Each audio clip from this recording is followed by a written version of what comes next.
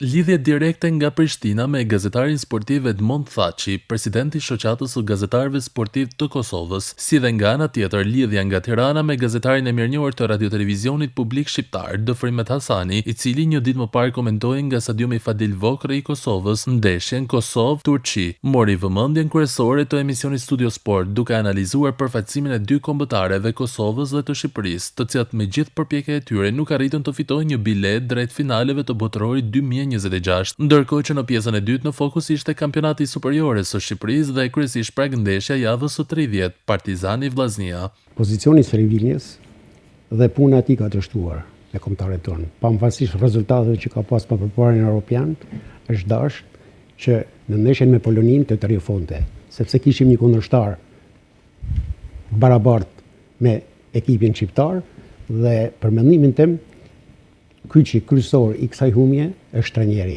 Pas ndeshjes gjithë jemi specialistë, gjithë dim flasim, por mua nuk më la shihet mirë aktivizimi si titullari Nedim Bajramit, një lojtar që 4 muajt e fundit ka vetëm 162 minuta këmbët e tij, ndoshta ishte një guxim shumë i madh i Selvinjos të aktivizonte që nga minuta e parë dhe doli një bast i humbur zgjedhja e Bajramit si titullar. Pastaj të lësh dy lojtarët më në formë momentit dhe dy lojtarët me vlerën më të shtrenjtë që ka kombëtarja e Shqipërisë, të lësh stol dy lojtarë si Anis Mehmeti dhe Ernest Muçi. Muçi, me atë çfarë të bë kohët e fundit në Turqi, u meritohet me lut në formacion.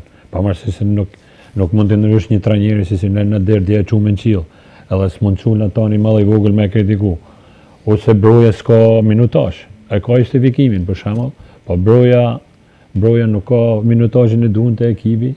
Një lojtar i mirë, një lojtar potencial për as, po u duhet të startu me të dy. Në fund kishte hapësirë edhe për futsallën, peshngritjen, notin, boksin, lojrat me dorë dhe futbollin e moshave.